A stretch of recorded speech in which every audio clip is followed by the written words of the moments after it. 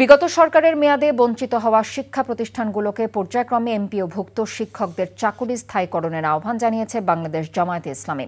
সকালে সচিবালয়ে শিক্ষা উপদেষ্টার সাথে সাক্ষাৎ শেষে একথা বলেন দলের নায়েবে আমির অধ্যাপক মুজিবুর রহমান। এমপিওভুক্ত যারা হয় নাই, হওয়ার কথা ছিল, বিগত ফ্যাসিস্ট সরকারের আমলে প্রায় 17 বছর যাবৎ দলীয় অন্ধতার কারণে তারা জিঘাংসা প্রতিহিংসা করেই তাদেরকে বঞ্চিত রেখেছে।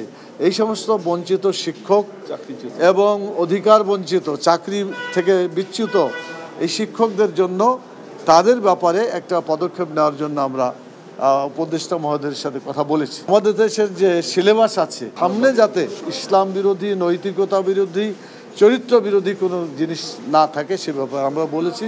ওনারা একটা কমিটি করার জন্য প্রস্তাব দিয়েছি। বান্ডেল থাকলে প্রতি সেনমানিতে টাকা বাঁচবে। বিকাশ সেনমানি বান্ডেল কিনে জিতুন প্রতি লেনদেনে।